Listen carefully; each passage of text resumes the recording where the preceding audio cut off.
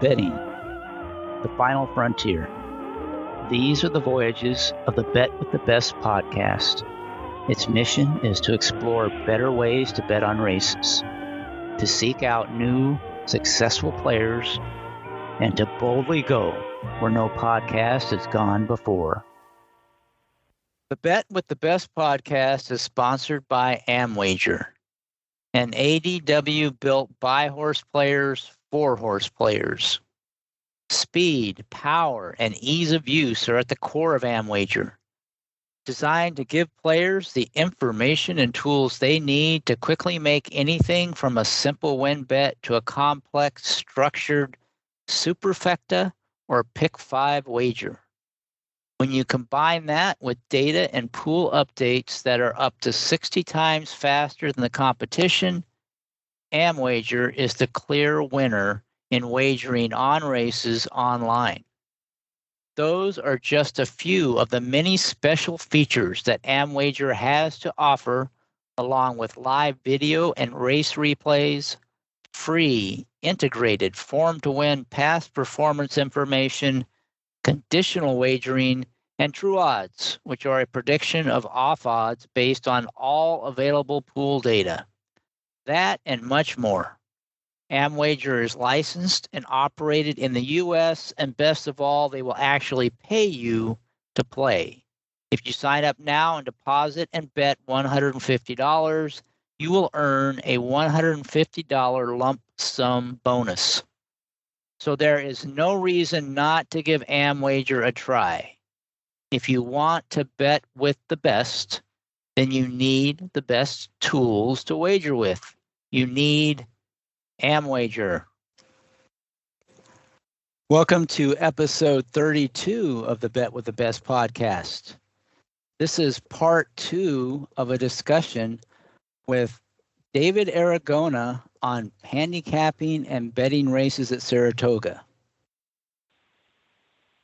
Okay, anything else on connections at Saratoga or horse? We didn't really talk about horses for courses. Do you give, significant extra credit if the horse has run well before at Saratoga or has run poorly at Saratoga? Or is it, that maybe, again, you just put it all into context and see if was there some other reason why the horse ran well or ran poorly? I'm just curious if that's something you look for. I mean, I know there's, track like Kentucky Downs, a lot of times people will put a lot of emphasis on horses that have run well there at the past. Is it, you have something like that at Saratoga or not? I don't care too much about trying to find horses for courses. I think at Saratoga, that's one of the factors that sort of gets built into each horse's price, because I know it's a popular factor to consider at Saratoga. It's probably something that influences the morning line more than it does my personal handicapping.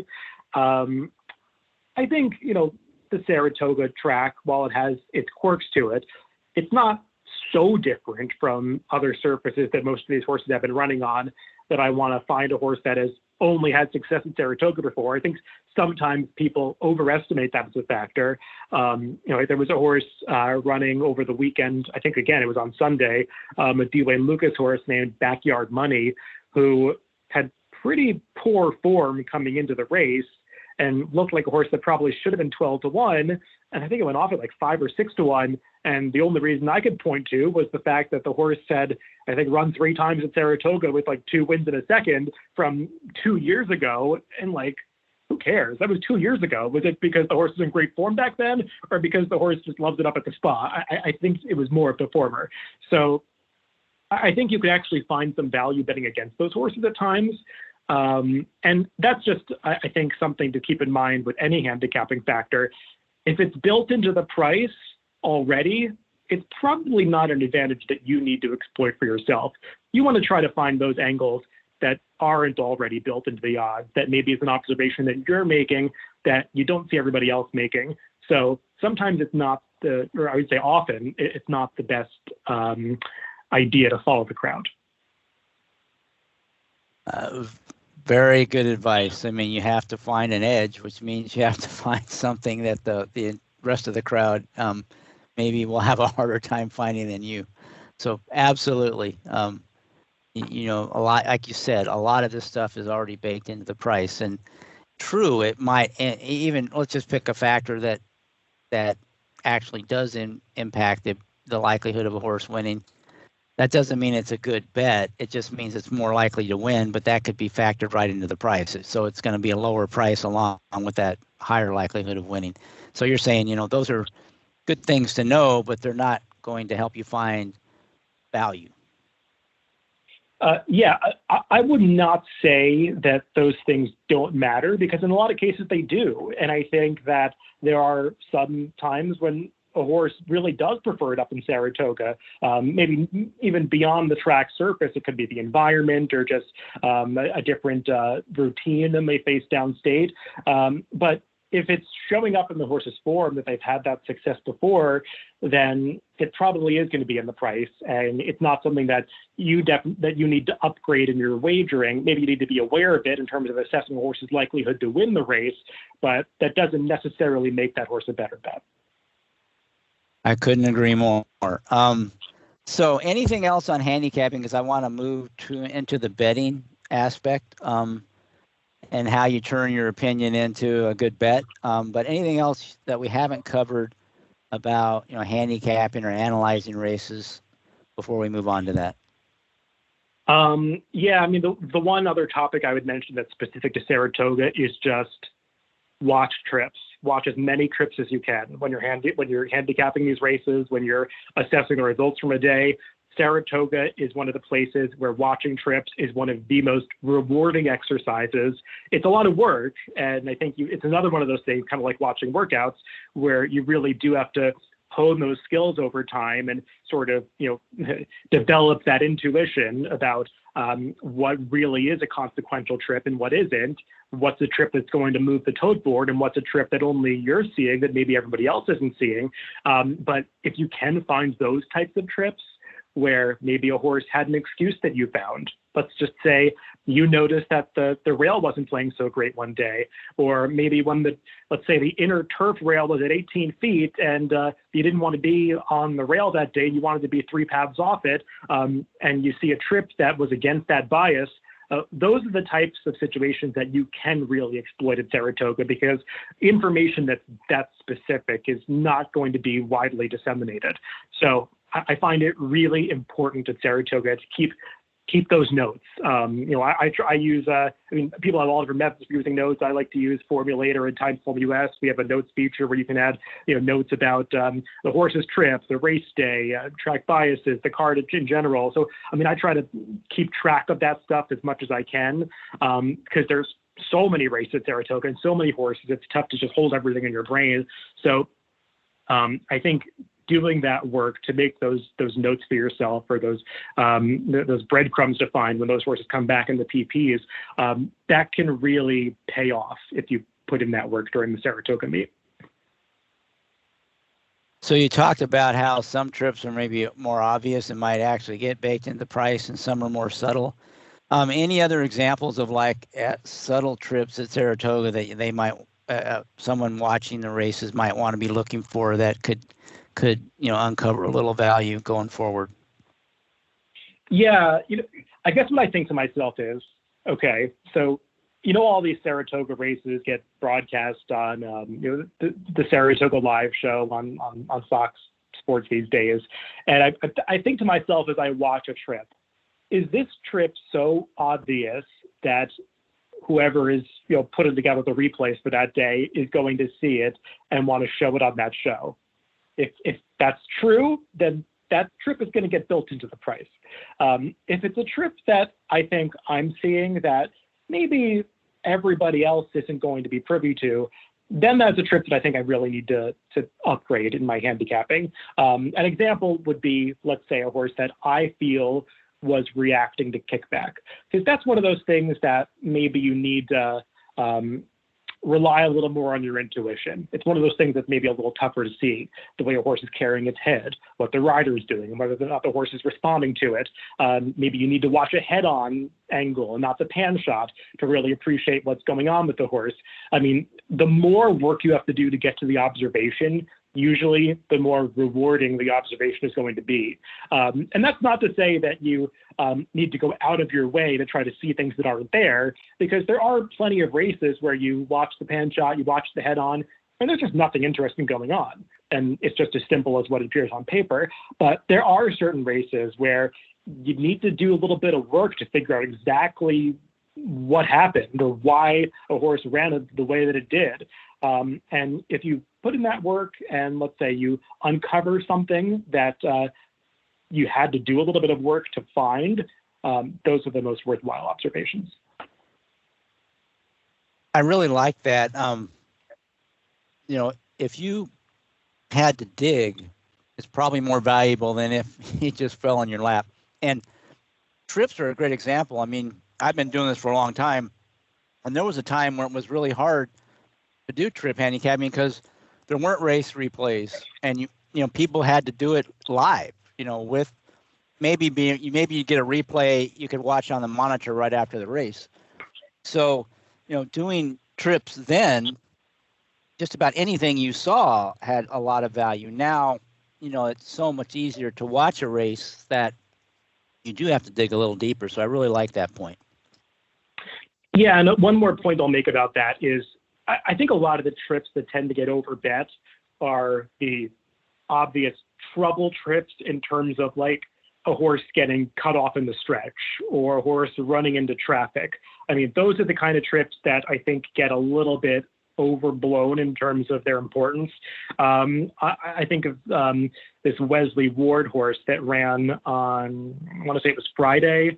It was a 5.5 furlong turf sprint. It was the number 7 horse. I wish I could remember the horse's name right now. Tunisian Spring, that's the horse's name. And it just ran into traffic at the 8th pole, and you could see just to totally had to stomp on the brakes and was probably going to win if not running into that traffic, maybe win by a head if it didn't have the traffic, but ended up finishing 5th.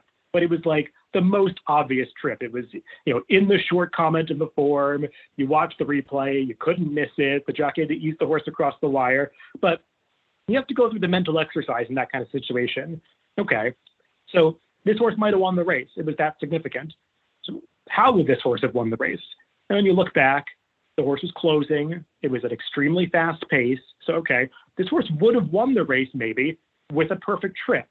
So if this horse hadn't had the trouble, it would be a horse I want to bet against as the winner of the race. How are they going to bet this horse? Well, they're going to bet the horse like it won the race because everyone sees the trouble. So they're going to bet this horse like it's a perfect trip, but thinking that they're getting value that they're not getting. So that's a horse that you're actually supposed to be against. That I think that horse went off a favorite, and it ran okay. It was 3rd, but the point is, it was bad value. Yeah, and that's a great example of that kind of universal trouble trip where instead of, noting that trouble and getting value on it next time, it's the exact opposite. Like you said, everybody's going to respond to that by upgrading that horse and is actually going to get overbet. So that's a great example of how information can get baked into the price, sometimes overbaked into the price, and other times, you can get information that isn't, and that's where you get the value. So any other examples, especially maybe unique to Saratoga, where you can find those more subtle trips, maybe an example of a subtle trip that you could look for that wouldn't show up on the radar for most people, even the ones that, watch the replays? Yeah, I think one of the most difficult subtle trips to uncover are trips that are caused by pace situations. And what I mean by that is a horse that is with or against a certain pace dynamic in a race. And I say that because sometimes it's obvious, but sometimes it's really not. And paces are often misunderstood. I think anybody, and this is most handicappers, anybody who is just assessing pace by using raw fractions is often misled way off the true path because raw fractions are highly misleading.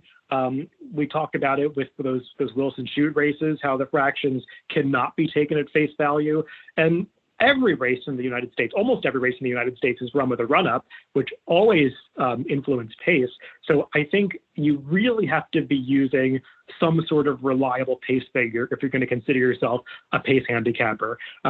Personally, I mean, I'm a little biased. I think Craig Milkowski makes some of the best pace figures out there, for Timeform US. So, I mean, I think Timeform US is a great tool to use because you can find horses. It's plainly apparent on the page. We color code things, blue for slow paces, red for fast paces, and you can find horses that were with or against dynamics.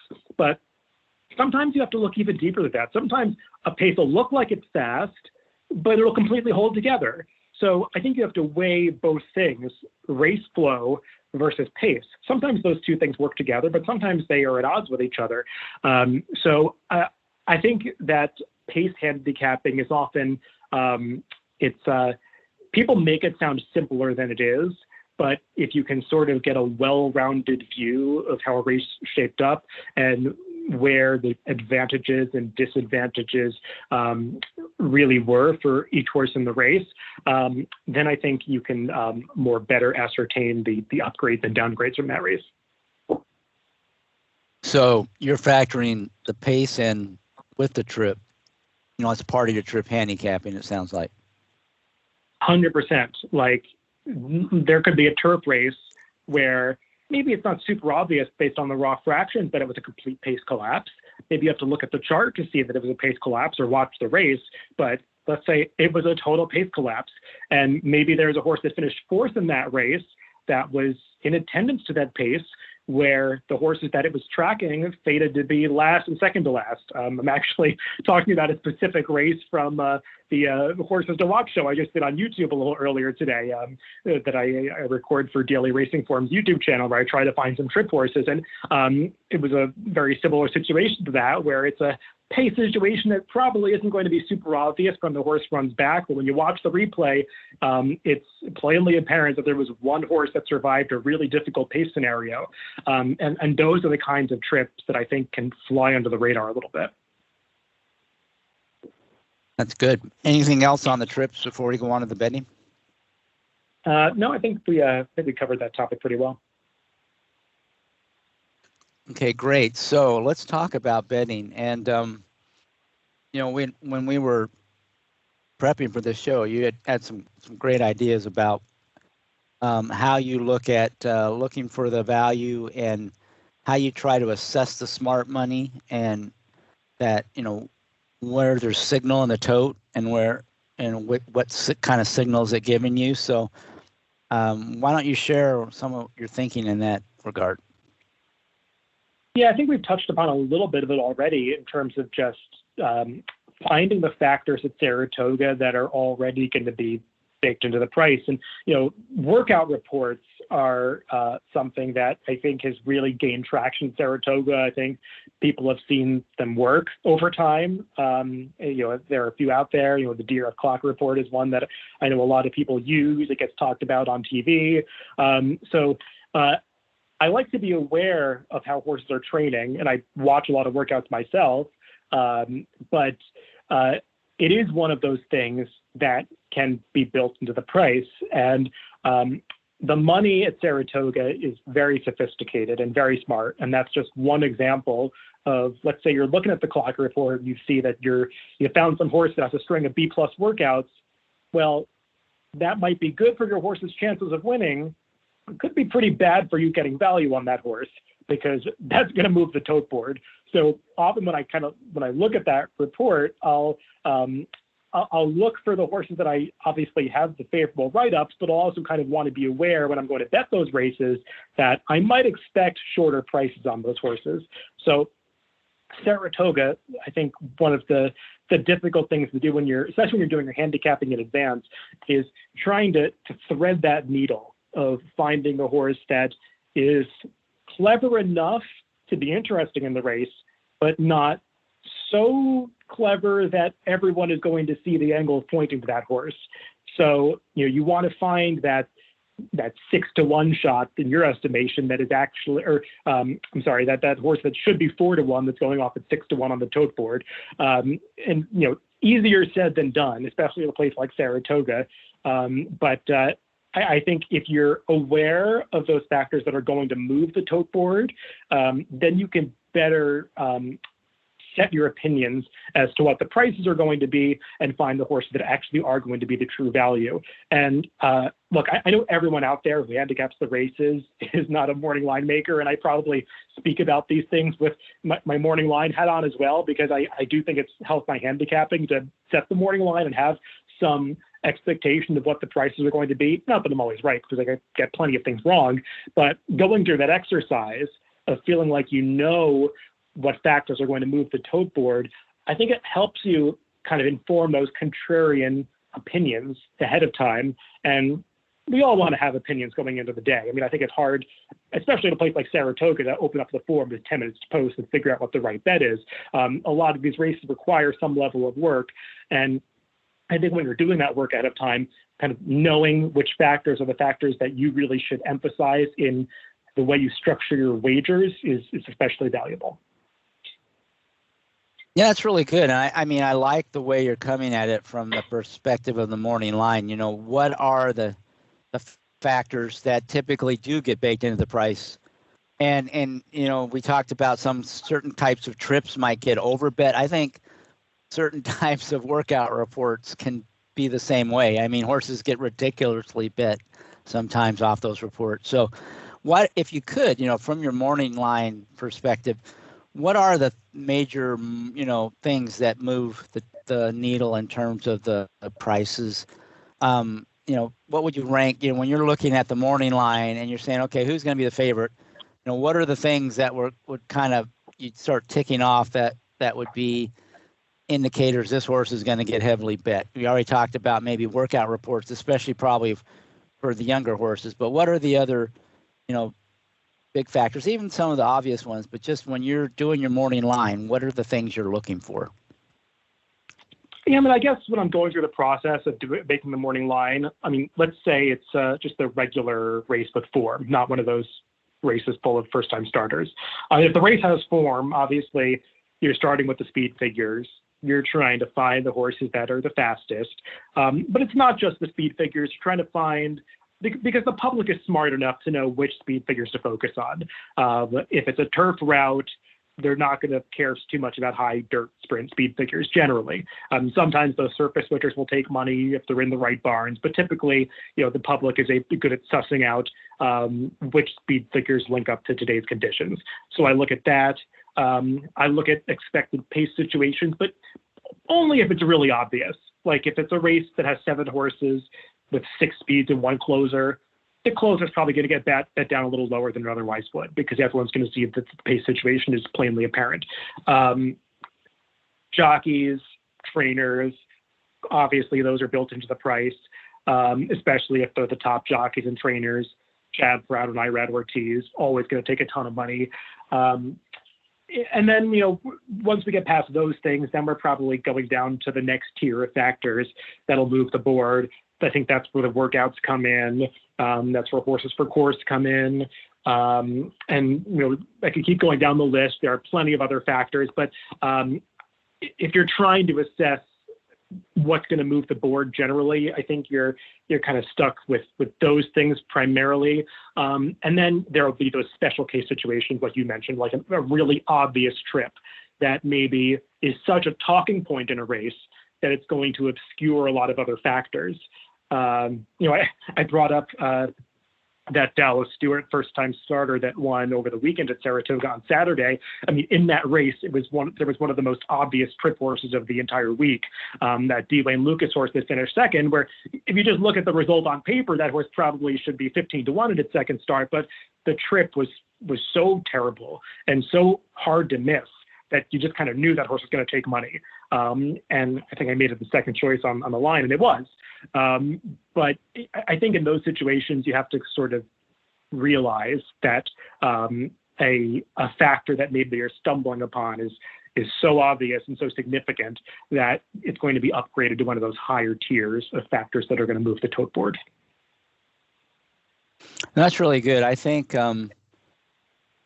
players should probably think a little bit more about that, understanding, you know, is this something that's going to give me an edge, or is this something baked into the price? Because You really want to understand where you think your edge is coming from. So if, why you think this horse is going to be a higher price than it should be.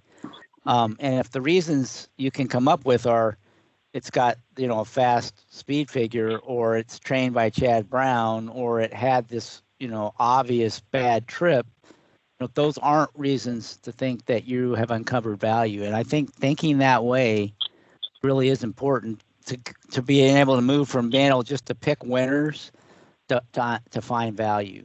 So I do see how, having to make a morning line could make you better at the betting side. It may not change your handicapping, but it definitely could improve you as a bettor, I would think. Have you experienced that, do you think? Yeah, I would say I definitely have. And I think it's been a difficult adjustment because it's not necessarily changing the things that you find through the handicapping process. It's changing how you emphasize them when you're making picks and especially making wagers. Because maybe some of the factors that I liked to favor in the past, I kind of had to realize through trial and error that I keep finding underlays doing what I've been doing. And I've got to do it a little differently to maybe find a horse that is a true overlay. And I maybe need to, if I'm considering two horses in a race as the ones that I think are interesting, I need to say to myself, not which one of these is more likely to win, but which one of these is more likely to fly under the radar, the angle that's bringing me each of these horses, which one is going to be more apparent to everybody else. So I definitely go through that conversation with myself when I'm handicapping these days. And I probably didn't do that as much before I was making the lines, because just through the process of making the lines, you kind of have to make those decisions for yourself about which are the factors that are going to influence the tote board. So when you have that awareness, then you should apply it to your handicapping. I think it would be, you'd be missing a real opportunity not to. I absolutely agree. And I think there are a lot of players who don't think in those terms. They're really just focused on which horse is most likely to win. What are the factors that help me determine that? And that's important. You need to understand that. But if you really want to make a good bet, you have to understand, which are the factors that will help me find an edge where this horse will go off at a price that's higher than it probably should be, because not every, the general public, and I'm using that term loosely, but the other people in the pools may not understand the value of this in the way that I do. And I think that's really the mindset, the kind of shift in mindset you have to make if you want to get beyond just trying to pick winners to trying to be a successful player, is being able to think in those terms. So I really like what you've been saying in that regard. And I can see where, having to make a morning line, forcing you to really understand what are the factors that move the needle in terms of odds and prices, can be really valuable in becoming a better. And so I really appreciate those comments. And I think the listeners can probably learn a lot if they think about that. And so that's great stuff. So let's talk a little bit about your betting and what sort of bets you like to make, and especially at Saratoga, are there certain kinds of races you target that you're typically interested in, certain types of bets, whether vertical or horizontal, that you like to focus on? Just kind of, how do you approach the betting side? I'm definitely somebody who tries to diversify with the types of bets that I place. I'm not somebody who sort of like comes at a card thinking ahead of time, well, I'm going to attack this sequence just because I like to attack these types of sequences. I sort of do the handicapping, and then from there, based on my opinions, try to decide, well, what are the bets that fit how this card looks to me. And sometimes that is going to incorporate some of the tougher multi-race wagers, but I definitely in the past have fallen into the trap of focusing way too much on trying to hit those wagers, like the pick fives, the pick sixes, the pick fours, and it can be tough going. And at Saratoga, especially if you're playing those wagers without a really clear focus or a great strategy in terms of how to make them affordable for yourself, you can go broke real fast if you're not playing those wagers smartly. So I have not liked falling into the pitfall of focusing way too much on a multi-race sequence and sort of using my bankroll in that way, and then missing maybe an opportunity for a good winner exacta bet. I always come away from those days feeling like I messed up, right? I did not allocate my funds properly. So what I try to do is sort of start with those vertical wagers and like plan out, my attack of, okay, well, these are the win bets throughout the day. Obviously, I've got prices that I think are going to be fair on these horses. I'm not going to play them to win if they're not the prices that I think they're going to be. But these are the places where I think that there's opportunity to get involved in the vertical pools. And maybe I'll branch out into some exactas and trifectas, but it's going to depend on the situation, the type of race that it is. I'm not somebody who wants to just be throwing 5 horses into an exacta box. I want to have specific horses that I'm keying wagers around that I think are going to be value horses that are offering the right price based on what I believe their chances of winning or hitting that position are.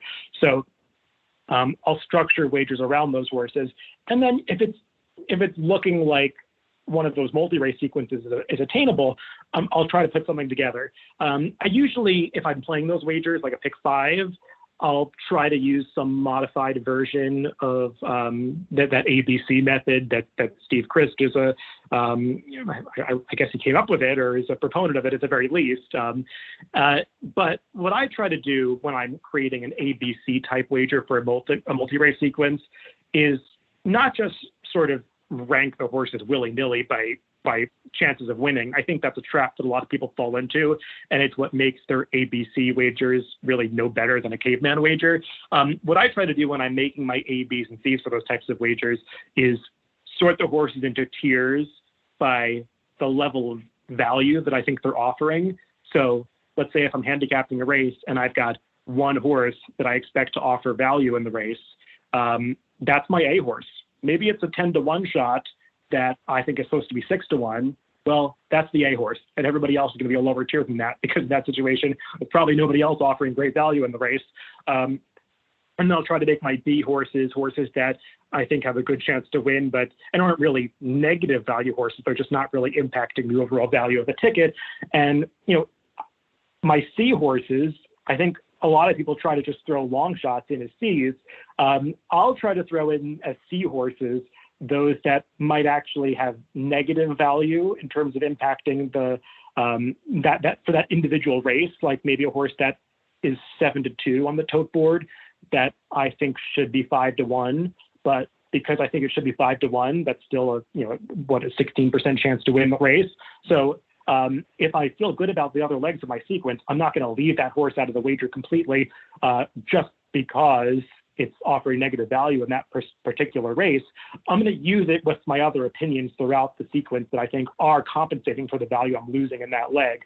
So that's how I kind of would use the C of the ABC type of wager. And that's the strategy that I kind of like to play. And when you use that strategy, it quickly slims down your tickets a lot. And you don't have to invest as much as maybe you would have if you were including every kind of horse that you would like in a caveman wager. So when your tickets are slimmed down that much, as mine typically are, then maybe I'll look at the horses that I played and say, okay, what's kind of out of the typical ABC wager structure? Maybe it's linking together 3 B horses, or I'll sort of look at the horses in each race and figure out those that maybe aren't covered in the grid that I laid out or aren't going to be part of a play that's strung together from that grid. And I will try to string them together into some extra plays on top of that. But that's sort of how I think about those multi-race sequences. But the point I'm making is I try to diversify the money that I'm laying out there, not just focused on hitting one type of wager. I'm trying to make the most of the opinions that I have heading into the day. And often that means playing different types of wagers horizontally and vertically. So let me try to summarize a little bit of what you said, and you can tell me if I captured it correctly. So it seems like you're trying to find some value plays on the card. So you might find one or two horses that you think will offer value. Their prices will be significantly higher than you think they should be based on your analysis. So you have those, and then depending on your opinion of the other races and the other horses within each of those races, you'll kind of start with a win bet, and then you'll do what I call kind of inside out betting, where you may see if you have an opinion within the race. You might look at exactas or trifectas or even superfectas, or if there's an adjacent race or some adjacent races, you might even build out with doubles or pick threes. But you're starting with those value horses and kind of the core play as a win bet, and then depending on what else is offered in terms of your opinions on the other races or the other horses, you build out from that. Is that a fair assessment, or would you characterize it differently? No, I think that's pretty much how I like to think about those approaching those wagers, at least the vertical wagers. Yeah. So, and then I just kind of summarize on your the picks. You kind of use ABC, but it's not like A is the most likely winner, B's are your second and third most likely winner, and your C's are some long shots you throw in, which is the way a lot of people play it. You're not doing that. Your A's are the horses you think provide value, assuming you have a horse. You may have legs that you're forced to play that don't, but for the legs where you do have an opinion and you think you found a horse that offers value, that would be your A horse. Or if there's two of them, those would be your A horses. That's kind of how you focus that top line. And that way ensures that if you play the ABC method and you have to, you might play it where you can have two B's or, one or two B's could win and you still cash. The A's that you're hitting are actually providing value. So you're not going to end up with some, really bad ticket if you hit it. Whereas if you play the normal ABC way, where it's all the favorites on top and the horses you think have value are the B's, and you hit, and three of your B's come in, you don't even hit it because you didn't play it for a 3B ticket. I've always joked that people, when they structure tickets that way, they almost make it impossible to make a big score because the way they structure it, and they make it very possible that they'll end up cashing the ticket and maybe even losing money. So I kind of went beyond what you said, but would you say that, that's kind of how you focus it, kind of value focused at the top? Yes, 100%. And I kind of went through my evolution coming to that was sort of through making a lot of mistakes because when you structure the ABC tickets in that fashion of trying to, have the more likely winners as your A's, and you end up with an A ticket that maybe has a lot of short prices on it, and maybe you're going to play it multiple times. You tend, in those situations, you'll see a lot of times that the winning combination will be horses that you used, but there'll be a lot of B's and C's. So I kind of tried to think to myself, well, how do I make those B's and C's into A horses? And it's sort of changing the way you think about the ABC structure into maybe this horse wasn't going to be, maybe this wouldn't be a top pick for a lot of people because it's not one of the more likely winners, but it's going to be a separator in a pick five sequence. It's a horse that maybe other people aren't leaning on as heavily as you're going to. So that's the kind of horse that you want to upgrade. That's kind of how I evolved to use that method. Circling back to the vertical wagers, I think that you don't want to get bogged down in trying to hit too many fancy combinations. I think that you always want to come back to your core opinion about the race, or at least that's how I play. But I also don't, I've had to kind of teach myself not to get afraid to branch out into some more complicated wagers. Like I used to be somebody who would almost never play trifectas. I would tackle some pick fives. I would play the horses that I really thought were great value to win. I'd back up with exactas, using those horses, and then wouldn't even really get into the trifecta game.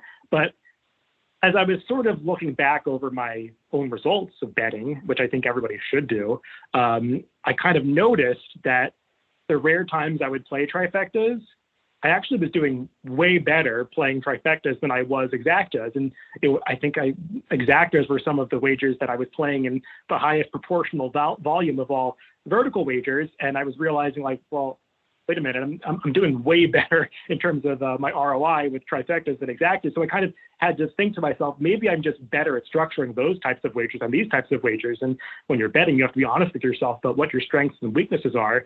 So I have started playing a lot more Trifectas over the years, and I think that's helped because I think a Trifecta strategy I like to use a lot is finding that horse that I think is going to offer value, which is often my top pick, the horse that I might write about when I'm doing my highlights for the NYRA races, and then trying to find an additional horse in the race that is one of those, like, let's say, neutral value horses, but a very reliable neutral horse, and then key a Trifecta wager around my value horse and that horse of neutral impact.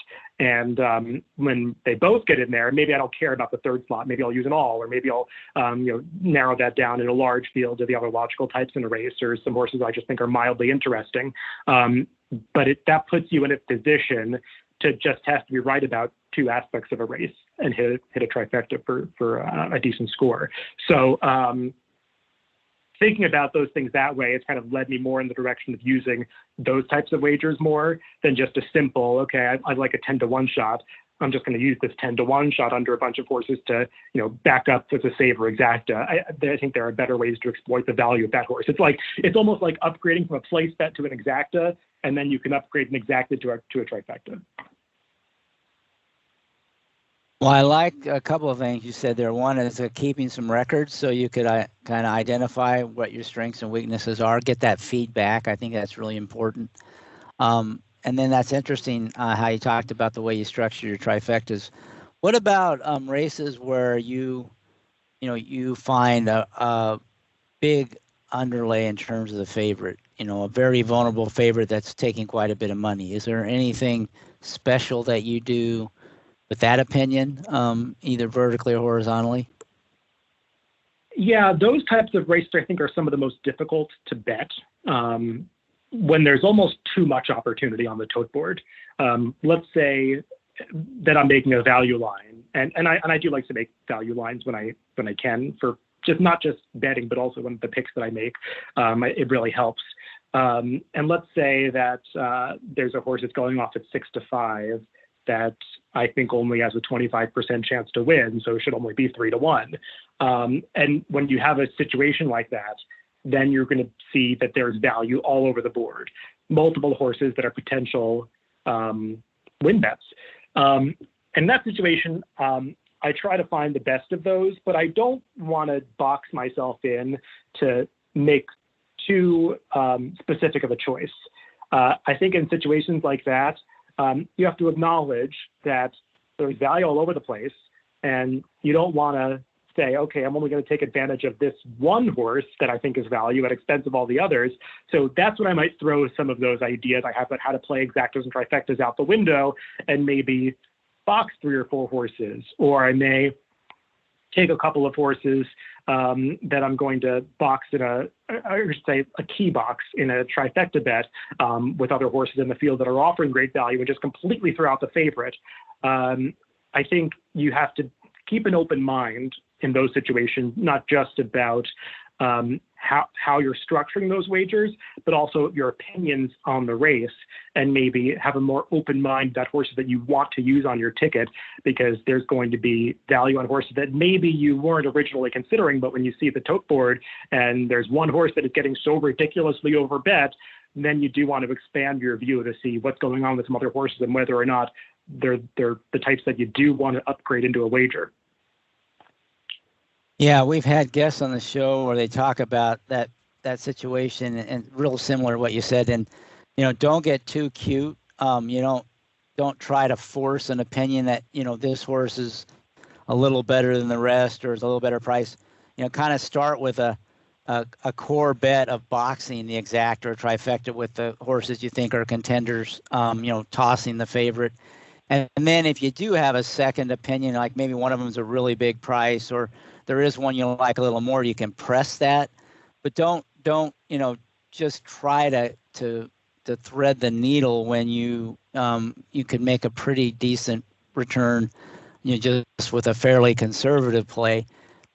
Start with that, and then you can always try to go for the kill shot, as Mike Malone would say. With a more a tighter play with maybe one big priced horse, or the horse you like a little more keen, that one. So I think that's kind of what you're saying, and that's pretty consistent with what we've heard with some prior guests as well.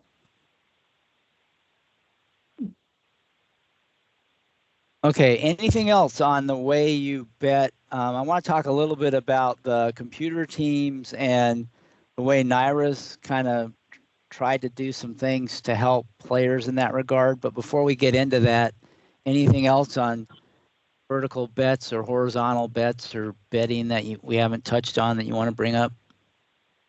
No, I think I did the best I could to sum up how I view my own betting on the races, which works pretty well for the opinions that I have. But I like to find a lot of value horses. I like to find a lot of long shots, and I know everybody else doesn't play that way. So maybe my method might not work for somebody who has a completely different strategy. There's not only one way to do well at the races, but if you're somebody who does like to sniff out those prices, then I think you do want to think about some of those multi-race tactics that I explored there. All right, so let's talk a little bit about what NYRA's done to try to help, dampen a bit the impact of the team. So maybe you can describe what they've done, what they've done to sort of limit the teams in certain pools, and how that has impacted, your handicapping and betting. Yeah, I think most people are probably aware by now, but for those that aren't, the CAW wagering, the computer automated wagers from the teams, they're felt at every racetrack across the country, and different tracks have put in different types of solutions to curb that effect or make it less felt by the everyday retail bettors. I would say the tactics that some tracks have taken are more effective than others, and I would say what NYRA has done with the win pool at their tracks is one of the best things that has been done in the CAW space, because it's given a safe space to make win bets in a landscape where you really don't have that almost anywhere else. Some tracks are way worse than others in terms of late odds shifts. There are screenshots that get posted on Twitter or X now. It seems like every week of before and after of odds with a 0 minutes to post and odds at the race in action. That's just that's just what we experience now as horse players. That when the CAW players are comprising as much of the pool as they are, there's reports that they are 25, 30, sometimes as much as 40% of the pool, and they're betting at the very last second, you're going to see that kind of impact where the odds just really shift very late. And what NYRA has done is they have stopped those wagers from coming in to the win pool at 2 minutes to post. And we can argue about whether or not those people who are involved in those teams can still bet at all. I'm sure that there are workarounds and ways too, but people have done analysis of this. If you follow Marshall Graham, I know he posted something about how if you analyze the last batch of wagering at tracks all across the country and how odds change in those final seconds, the odds movement at NYRA tracks is so much less than any other racetrack. It's not even close. So it is very clear that what NYRA has done really works. And I can just say anecdotally, playing races at NYRA day in and day out, I play the win pool at NYRA so much more than I do any other track. Not just because I'm focused on NYRA, but you can play the win pool at NYRA with so much more confidence, knowing that those odds are not going to change from where they are with a minute to post. So maybe a 4-to-1 shot becomes a 3-to-1 shot, but beyond that, you don't see movement any much greater. There was one time over the winter where a horse went from 8-to-1 to 9-to-2 in the last two flashes before post time. But if I'm pointing to that as the worst example in 6 months of the year so far, I think that tells you how well it's working. So I know people, they kind of dismiss what NYRA has done as just window dressing or just for optics, and I'm sure to some extent it is that. I mean, that's not a good look for a racetrack when your odds are shifting all over the place after the gate opens. But it's still a really great thing to take advantage of as a bettor. If you're somebody who plays the win pool, you can do it with a lot more confidence. So I hear the criticisms, and I wish it was happening in more pools, but I think you have to be honest with yourself that there's real opportunity in the win pool at NYRA, and if you're playing Saratoga, you could take advantage of it. And for what it's worth, those same rules about restricting CAW play apply, and I think in a more blanket fashion to the late pick 5, the cross-country pick 5, and I want to say the pick 6. I forget if it's carryover dependent, but don't quote me on that. I don't have that information right in front of me right now. But the point I'm making is that I wish other tracks would look at what NYRA has done and say, oh, this works. People like it. We're going to do it as well. But clearly that hasn't taken hold for whatever reason. I wish it would, because it would make the win pools way more playable at other tracks across the country. But we're not there yet, and there's clearly a lot of problems that still need to be sorted out around the CAW play and playing against them as regular players. So given that the win pool, they're not having the same influence as they had before the change was made, but they're still in the other pools like exactas and doubles. So if you're looking at a race, and I guess you can assume, at least I would assume, that the money's a little sharper in those other pools where the teams are in. Do you ever do any like comparing the double will pays to the current win price or the exacta prices to the win price, and you see a disparity? Does that impact the way you're going to bet that race? Do you use that information in any way in terms of how you're going to bet that race? I wouldn't say that I use it in handicapping. I don't know if there's any real value to just following the CAW money. I haven't done any data on that. I haven't really thought about it too much. I would guess no. But you definitely do see differences in how the win pool is bet compared to the other pools, doubles and exactas. And I think people in criticizing when they see discrepancies between those pools are not really appreciating what they have been given. And I wish that they were given more, but that's obviously not where we are. I wish that there were more restrictions placed, but I mean, that's a separate conversation for another day. But like, let's just say that we're looking at the results of a race and you see prices in the win pool that suggest that the exacta should pay X amount, and maybe the exacta is paying half of that amount. And, people will look at that and say, oh, something nefarious is going on. They knew what was happening. It's terrible value. This is awful. And you see that happen way more at NYRA than any other tracks these days. But the reason is because the win pool and how the horses are priced in the win pool is now significantly disconnected from the other pools, where you get that correction of what the CAW team's algorithms say that the fair odds should be, and that money is going to pour in at the last second to correct the odds to where they think that they should end up. And that correction never happens in the win pool. So maybe a horse that you got 10-1 on might have dropped to 5-1 at the last flash if that race were run at another track. But because that race was run at NYRA, that drop will happen in the exacta, and your exacta price might get crushed. But if you bet that horse in the win pool, you're still going to get that $22 to win. So I think, I get that it annoys people and it makes them confused, and they're used to, calculating payouts in their head and knowing what things should and should not pay. But what I would say is, look at it from the other end. There's an opportunity there. If those pools are so disconnected, well, then there's value in one of them. Just run to the value, and often the value is in the win pool. So, I mean, I think if you're seeing that, I know people just gripe about it, but you can also do something about it and make it an advantage for yourself. Yeah, and I think the exacta pool, maybe not so much so because those late odds changes are going to come in, and there's not much you can do unless you're really sophisticated to anticipate that's going to happen. But I do think if we go back to the doubles, the CAW money's already in, and if a horse based on will pay should be 4-1, and on the win pool it's 7 or 8-1. To me, you should factor that in to your value equation, and you think the horse is probably more of a 4-1 horse. This is one you thought was going to be value.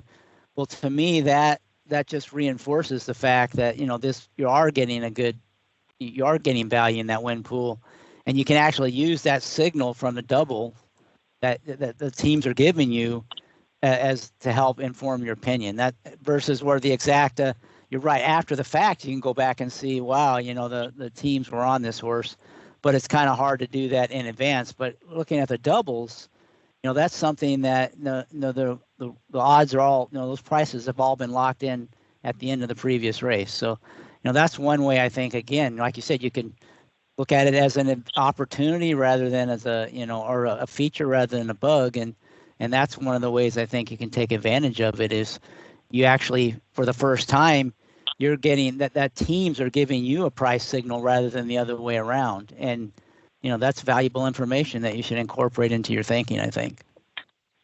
Yeah, I think in theory that makes a lot of sense. If you have no handicapping opinions and you're just going into the day to use some angle to bet the races, that's probably not the worst angle to use. Just looking for those values in the doubles.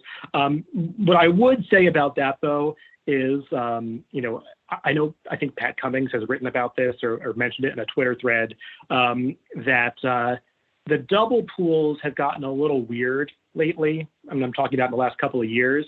And I had noticed this anecdotally since I follow the odds so closely, just trying to see if my lines are right or not. But I've noticed that the doubles have gotten a little out of whack and sometimes don't align with the pick threes.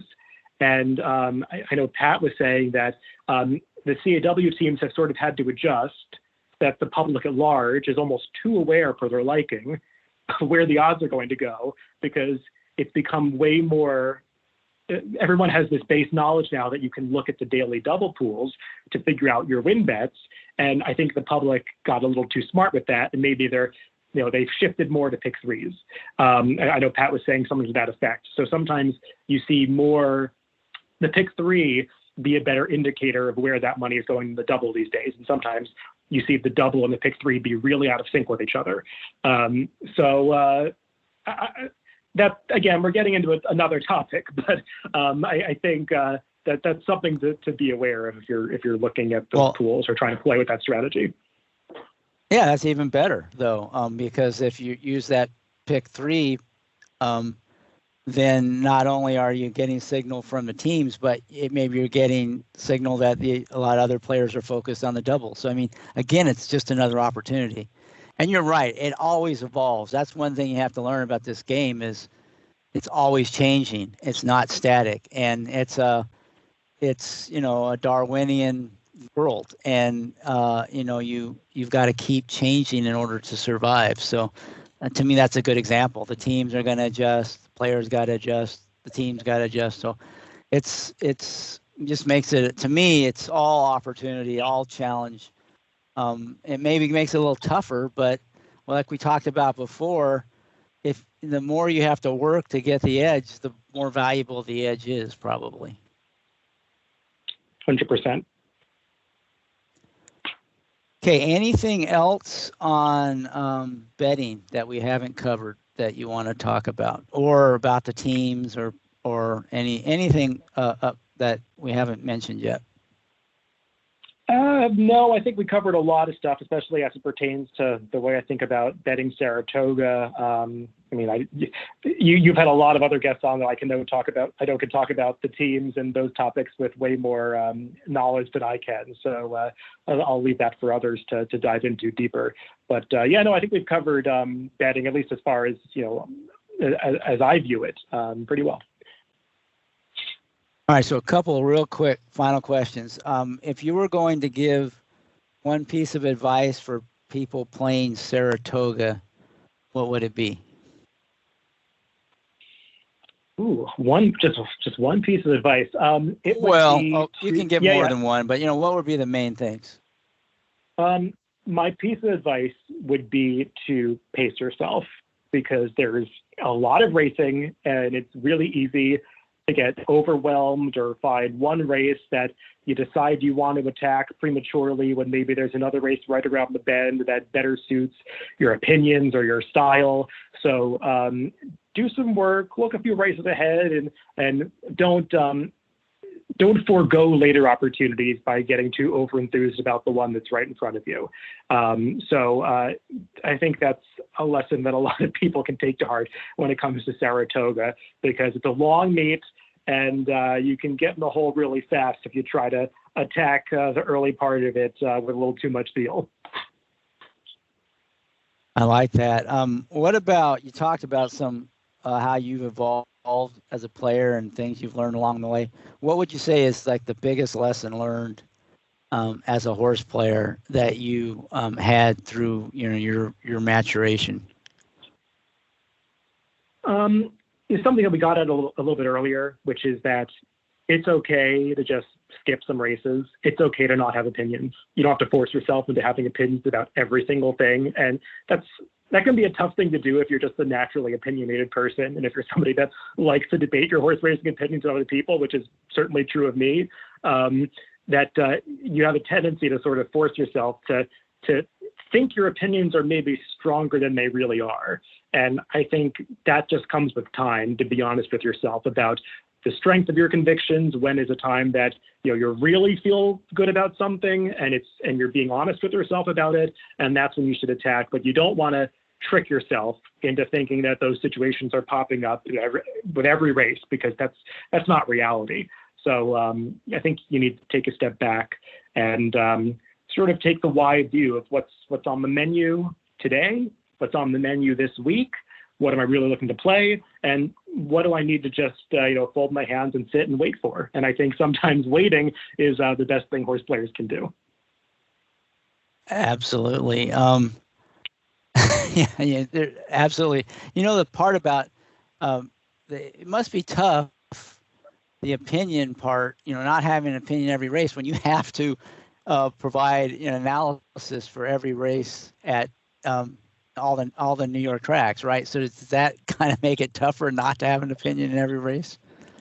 It certainly does. It's something that I personally had to go through a struggle with because, look, for a long time, I tried to avoid putting out picks in every race. I'm not somebody who is kind of wired to want to make 1, 2, 3, 4 picks, so that that's the way a lot of people want to consume their picks. It's the way the racing form does things, so we go with it. But while I have to do that for every race, I think that you also have to be aware that when you're handicapping this race and setting your picks, that there are certain races that really do interest you and certain races where you're just putting out your soft opinions there for the public to consume. And that's one of the reasons why I like to, do in-depth analysis of certain races and just say nothing about others. And I'll put the picks out there. And if some people have success with the race I don't write about, that's great. Maybe I'm not betting those races. Maybe the board is telling me, something that I didn't foresee and I should bet those races. But for the most part, I try to narrow it down ahead of time to those really strong opinions and be aware, even when I'm making picks in certain races, that's probably not a race I really want to bet. Yeah, I can see that would be, and I totally agree that the ability to pass races is really key to being successful. You're just nobody unless you're a computer, probably. Could be exceptions in that regard. That can just handicap a whole bunch of races and find value in every single race. I mean, you're fooling yourself if you think that's the case. So that's really good advice. Anything else? Last chance before we wrap it up. Anything else you want to say that we haven't covered on any topic at all? This is your open floor here. No, I think we covered a lot of ground. I don't know if I have too much more to add at this point, but I really enjoyed this conversation. Yeah, it was great. I really appreciate your willingness to sit down and have this chat. I think the listeners are going to really appreciate it. And I want to appreciate all the listeners out there for supporting the show. And may you all boldly go where no horse player has gone before.